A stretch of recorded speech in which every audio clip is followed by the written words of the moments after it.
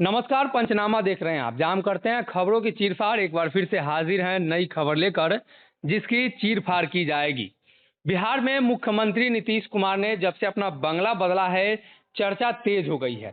उसके बाद अमित शाह बिहार आए और एक नया शिगुफा छूट गया है। भाजपा के वो तमाम एजेंडे अब खत्म हो चुके हैं। एक बचा हुआ है कॉमन सिविल कोड, जिसको लेकर गिरिराज सिंह पहले कमान संभाल चुके थे और अब केंद्र सरकार की तरफ से यूँ कहें तो गृह मंत्री अमित शाह का जगदीशपुर में आगमन हुआ। उसके बाद उन्होंने जिक्र किया कि हमने अपने सारे मुद्दे, सारी बातों को पूरा किया है, चाहे वो कॉमन सिविल कोड हो, माफ़ कीजिएगा, चाहे 370 धारा हो, राम मंदिर हो या 3 तलाक हो। अब इन तमाम मुद्दों को लेकर कॉमन सिविल कोड पर बातचीत चलने लगी है।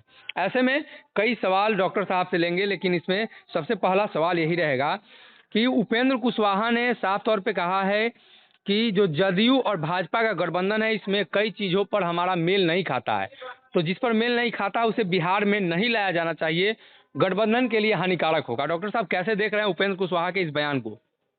देखिए, सबसे बड़ी बात है कि उपेंद्र कुशवाहा जिस काम में लगे हुए हैं, जहां मैं बार बार आपको इशारा देता हूं, जी। उसी में लगे हुए हैं। थोड़ी ये लाइन हट रहे हैं। मतलब उपेंद्र कुशवाहा जदयू के एजेंडे को आगे बढ़ा रहे हैं या उनका ये व्यक्तिगत बयान है? बिल्कुल व्यक्तिगत बयान नहीं है, व्यक्तिगत बयान बिल्कुल नहीं है। जी। अब उन्हें संसदीय बोर्ड का अध्यक्ष बनाया गया है जी। और आपको पता है कि सांसद जो होते हैं, जी। उनका प्रतिनिधि उनको बनाया गया है। जी। और सांसद कहाँ यूज होते हैं? केंद्र में, केंद्र में, केंद्रीय राजनीति में। जी जी यानी नरेंद्र मोदी से दो दो हाथ करने के लिए 2024 में जी उपेंद्र कुशवाहा से पहले उनको बातचीत करनी पड़ेगी। जी और बहुत सोच समझ के नीतीश कुमार ने, देखिए, शतरंज खेलते समय जी आर्मी चलता कोई और चाल है, लेकिन सेट कहीं और गोटी रहती है पहले से। जी ऊंट हाथी जगह पे पहले सेट रहता है, ताकि अगर गलती से भी आप इधर उधर कीजिए तो आपका राजा के हाथ हो बैठिए। जी जी और यही उपेंद्र कुशवाहा हो, चाहे सुशील मोदी हो, ये सारे नेता नीतीश कुमार ने इस तरीके से प्लेस कर रखे हैं कि जी भाजपा का चेकमेट होना लगभग तय है। जी लेकिन इसका मतलब ये नहीं है कि सामने वाला अपनी चाल नहीं चलेगा। भाजपा अपनी चाल चल रही है, नीतीश कुमार अपनी चाल चल रहे हैं। जी भाजपा को लगता है कि मुकेश सहनी को कमजोर कर देने से नीतीश कुमार को मैसेज चला जाएगा। जी मुकेश सहनी को कमजोर कर देने से या समाप्त कर देने से नीतीश कुमार को कोई डर नहीं लगने वाला है। जी अगर मांझी उनके टारगेट पर है तो बात अलग है, जी जी लेकिन अगर जदयू को डराना चाहते हैं ये लोग तो संभव नहीं है। जी कि नीतीश कुमार के पास चेहरे की राजनीति है, जी 16 साल का एक्सपीरियंस है, इस सत्ता का एक चुंबकत्व है जो उनके पास हमेशा रहा है। जी किसी को मंत्री बना सकते हैं, किसी को रातों रात उठाकर किसी भी पोस्ट पर डाल सकते हैं। जी जी ये ताकत उनके पास रही है और आगे भी है, जब तक भाजपा खुलेआम विद्रोह नहीं कर देती है। जी और आप भी जानते हैं बेहतर कि भाजपा चाहकर भी पूरी तरह से विद्रोह नहीं कर सकती है। जी उपेंद्र कुशवाहा बुचहा में भाजपा की हार और हालिया जो भी भाजपा के साथ ऊंच नीच हुई है, जी जी उसको देखते हुए ये बहुत कैलकुलेटेड ये बात कह रहे हैं, जी। बिहार में यूनिफॉर्म सिविल कोड लागू नहीं होने दिया जाएगा। एक और सवाल उठता है, क्या मुख्यमंत्री जी पहले से दबाव बनाना चाह रहे थे? क्या जानते थे कि अमित शाह बिहार आएंगे तो कुछ बड़ा ऐलान करेंगे? उसके पहले तेजस्वी यादव से मुलाकात कर लेते हैं, बंगला बदल लेते हैं और अब उस बयान को लेकर उपेंद्र कुशवाहा को आगे किया जाता है। हालांकि जदयू में अलग अलग लोग हैं, अलग अलग बयान देने के लिए। उपेंद्र कुशवाहा शायद भाजपा पर हमला करने के लिए ही उनको जदयू में रखा गया है। बिल्कुल बिल्कुल बिल्कुल बिल्कुल।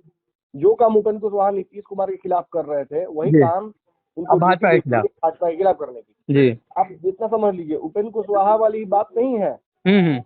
दिल्ली में नीतीश कुमार जाकर जनसंख्या नियंत्रण कानून का विरोध कर चुके हैं। जी और भी कई मुद्दों पर, चाहे सांप्रदायिक हिंसा हो या शराबबंदी हो, इन मुद्दों पर इनकी लड़ाई चल रही है। जी और ललन सिंह के पास अपना एजेंडा है, जी। विशेष राज्य का दर्जा। तो मतलब सौंप दिया गया है कि ये काम आपको करना है, ये काम आपको करना है। बिल्कुल, ये सारे एजेंडे दिए गए हैं। गिरिराज सिंह चाहते हैं, गिरिराज सिंह बयान देते हैं कि अब तो देश में जनसंख्या नियंत्रण कानून लागू हो जाना चाहिए। जी। इसको लेकर केंद्र में आपको याद होगा, संसद में खुद अमित शाह बोल चुके हैं, ये हमारे एजेंडा में है। जी यूनिफॉर्म सिविल कोड हो या जनसंख्या नियंत्रण कानून, जी इन सारे मुद्दों पर भाजपा घेरेगी नीतीश कुमार को। नीतीश कुमार को बात पता है। और नीतीश कुमार अगर कमजोर पड़ेंगे तो भाजपा बिहार में अपना मुख्यमंत्री देने की हिमाकत भी कर सकती है। देखिए, जो एक सवाल और उठ रहा है सर, इसको आप कैसे देखते हैं कि गिरिराज सिंह एक तरफ जहां नीतीश कुमार को हिंदू विरोधी बताते हैं और हिंदू खतरे में है बिहार में ये बताते हैं, वही दूसरी तरफ केंद्र सरकार की योजना सीए हो या जो भी जनसंख्या नियंत्रण कानून हो, ये सारी चीज लागू करने की बात बिहार में कह रहे हैं। और दूसरी चीज कि बिहार में जिस समाज से गिरिराज सिंह आते हैं उस समाज में काफी आक्रोश है नीतीश कुमार के खिलाफ, तो क्या भाजपा इन चीजों को भुनाना चाहती है इसी बहाने? देखिए, बिहार में भूमिहारों को भाजपा अब स्थान देगी जी। एक बहुत बड़ी बात आप जान लीजिए कि बिहार में मंत्रिमंडल का विस्तार होना था जी, जो कि अभी तक अनाउंस नहीं हुआ है। आपको याद है ना ये बात? जी जी, रोक दिया गया है। ये कभी भी हो सकता है, आने वाले 1 महीने 1.5 महीने के अंदर में होना है। क्योंकि वीआईपी से जो लोग टूट कर आए हैं उनमें आपको याद होगा कि एक जो महिला विधायिका है उनको मंत्री बनाने की बात चल रही, स्वर्णा सिंह को जी। इसके अलावा आपको याद है कि नीतीश कुमार के कैबिनेट में बहुत सारे ऐसे नेता हैं जिनको भाजपा बिल्कुल पसंद नहीं कर रही है जी। उनकी छटाई करने की तैयारी चल रही है। बिहार में भूमिहार कोटे के मंत्रियों की संख्या बढ़ाएगी भाजपा। बिहार में अपने अध्यक्ष को प्रमोशन डिमोशन जो देना चाहे संजय जायसवाल को देकर, चूंकि संजय जायसवाल की इतनी जल्दी छुट्टी भी नहीं होगी क्योंकि नीतीश कुमार के खिलाफ बड़े हथियार है वो, व्यापारी वर्ग से आते हैं, व्यापारी वर्ग को नाराज भी नहीं करना चाहेगी भाजपा जी। लेकिन बिहार में एक भूमिहार जाति का, सवर्ण जाति का अध्यक्ष बनाने की ओर भाजपा बढ़ रही है जी। अमित शाह का बिहार आना इन सभी मुद्दों पर एक तरह से मुहर लगाने जैसा था जी। यहाँ के अलग अलग गुटों से उन्होंने खुद बात की है जी। और प्रवास के दौरान उन्होंने सभी लोगों से बात करके एक निष्कर्ष निकाला है जी। बोचहा चुनाव हार हमारे लिए बड़ा एक मैसेज है जी। हम चाह कर भी सवर्ण समाज को अपने से छिटकने नहीं दे सकते हैं। जी। और भी जो मुद्दे हैं जिससे ये साफ नजर आ रहे हैं, चिराग पासवान भी कह रहे हैं कि मुख्यमंत्री जी अब फिर से चाहते हैं कि अब ये गठबंधन न रहे, राजद के साथ कहीं ना कहीं उनकी बातचीत हो रही है, कभी भी सरकार पलट सकती है। चिराग पासवान इस बात का अंदेशा लगा रहे हैं, तो क्या चिराग पासवान तेजस्वी यादव के साथ जो बातचीत हुई उसमें ये इनपुट चिराग पासवान को मिला क्या कि नीतीश कुमार जा रहे हैं इधर? देखिए, चिराग पासवान डेफिनेटली पंचनामा देखते हैं ये तो बिल्कुल तय है। पंचनामा की खबरों को नेक्स्ट दिन जरूर बोलते हैं। कल भी मैंने जो बातें कही थी कि नीतीश कुमार 15 साल में नीतीश कुमार को मौका मिला, नीतीश कुमार ने बिहार के लिए जो करना था कर दिया, अब उनसे कुछ नहीं होना है। जी जी। और बहुत कुछ उन्होंने कुछ किया नहीं है। जी जी। सहेज कर रखा, यही बहुत बड़ी बात थी उनके लिए, उपलब्धि थी। और यही बातें देखिए आज कहीं ना कहीं चिराग पासवान ने भी कही। उन्होंने शब्दों का जो प्रयोग किया वो थोड़ा गलत था कि क्या उखाड़ लिया 16 साल में नीतीश कुमार ने। लेकिन देखिए, गुस्सा एक युवा का वही है कि बिहार में अब बदलाव की आवश्यकता है। बार बार चिराग पासवान कहते हैं कि गली नली जल और ये सब योजनाएं जो हैं ये विकास का मापदंड थोड़ी हो सकती हैं। रोजगार मापदंड हो सकता है, जीवन स्तर मापदंड हो सकता है। आप नली गली और पानी अभी तक दे रहे हैं, बिजली, मतलब आप एक बहुत अविकसित राज्य हैं कि आपकी जो स्टैंडर्ड्स है वो बहुत छोटे हैं। यहाँ मुंबई में, दिल्ली में, बड़े बड़े जगहों पर जो गरीब लोग रहते हैं उनको भी ये मूलभूत सुविधाएं मिलती हैं। आप कोई नया नहीं कर रहे हैं। कोलोनाइजेशन था, रोम, मिस्र, सब जगह, मेसोपोटामिया, हर जगह पर ये नली गली जल सब था। तो आप 200 करोड़ सालों का जो इतिहास रहा है उसको फिर से जीरो पर लाकर रख दिए। आज अगर नली गली जल की बात निकाली हो रही है, ये तो गलत है ना। भ्रष्टाचार का बहुत बड़ा अड्डा है। बिहार में रोजगार को लेकर नीतीश कुमार ने कभी उदार नीति नहीं दिखाई। हमेशा एक ही, जब रोजगार की बात होती है, जब बिहार में उद्योग क्रांति लाने की बात होती है तो एक ही गाना गाने लगते हैं। हमारे पास संसाधन नहीं है, हमारे पास समुद्र नहीं है, हमारे पास आकाश नहीं है, पाताल नहीं है। अरे आपके पास क्षमता नहीं है, आपके पास इच्छा शक्ति नहीं है, आपके पास दूरदृष्टिता नहीं है, इसके चलते आप गड़बड़ा रहे हैं। वरना आप 1-1.5 साल में बिहार को अमूलचूल परिवर्तन ला सकते हैं। 16 साल में आप कुछ नहीं कर सकते हैं। यही देखिए, यही सवाल है। यही तेजस्वी यादव के लिए भी बड़ा सवाल है, वो भी घेरते हैं। चिराग पासवान के लिए भी बड़ा सवाल यही है नीतीश कुमार को घेरने का। और देखिए, भाजपा भी इन्हीं मुद्दों पर नीतीश कुमार को घेरना चाहती है। भाजपा जो बिहार में क्राइम रेट है उसको घेरना चाहती है। हालांकि सर, सहयोगी तो भाजपा ही रही है, लेकिन सारा दोषारोपण मुख्यमंत्री पर किया जा रहा है। मतलब भाजपा इस चीज को समझ चुकी है कि बिहार का जो तमाम विपक्षी दल है और बिहार के लोग किस चीज को पसंद कर रहे हैं, किस तरफ हम जाएंगे तो लोग वोट करेंगे। बिल्कुल, देखिए, भाजपा इस बात को समझ रही है कि बिहार में अगर पोलराइजेशन करने में वो सफल हो जाती है तो उसे नीतीश कुमार की आवश्यकता नहीं पड़ेगी। वो ये भी जानती है कि बिहार में राजद जैसी पार्टी एक बड़ी है जो अल्पसंख्यकों को, माइनॉरिटी की, जो अकलियत की, जो पिछले समाज की बात करती रहेगी, जी अगर उसकी बात करती रहेगी और बिहार में बहुसंख्यक समाज को अगर भाजपा अपने पाले में कर लेगी तो भाजपा और उसकी सीधी लड़ाई हो जाएगी। जी जी इस बार बीच में वही मायावती गति को प्राप्त हो जाएंगे। जी तो जी अगर नीतीश कुमार इस फ्रेम से हट जाते हैं तो उसका फायदा सीधा भाजपा को होना है। जी और भाजपा इस बात को मानकर चल रही है कि नीतीश को प्यार से या प्रलोभन से या दबाव में ही उनसे ऐसा कुछ करवा लिया जाए जिससे बिहार में अपना मुख्यमंत्री देने का भाजपा का रास्ता साफ हो जाए। जी लेकिन इस कड़ी में नीतीश कुमार के जो सहयोगी हैं जी वो आज जी उपेंद्र कुशवाहा हो, ललन सिंह हो, ये सारे नेता जो बयान देते हैं, इन बयानों से एक बात स्पष्ट हो जाता है कि बिहार में भाजपा अपनी मनमानी या अपना एजेंडा तब तक लागू नहीं कर पाएगी जब तक कि बिहार में उसका अपना मुख्यमंत्री नहीं हो, आत्मनिर्भर नहीं हो जाए। ये तो सीधा बोल रहे हैं ना। देखिए, उपेंद्र कुशवाहा की एक बात को आप समझिएगा तो वो सीधा उसका उत्तर ये निकलता है कि नीतीश कुमार किसी के रहमो करम पर मुख्यमंत्री नहीं है। भाजपा ने कभी कहा। जी जी तो नीतीश को आज उनका बयान उपेंद्र कुशवाहा का देखिएगा तो बिहार में नीतीश कुमार के रहते सिटीजन जो कॉमन सिविल कोड है वो लागू नहीं होगा। जी मतलब नीतीश कुमार को हटाना पड़ेगा तब लागू होगा ना। जी ये भी तो यही कह रहे हैं एक तरह से।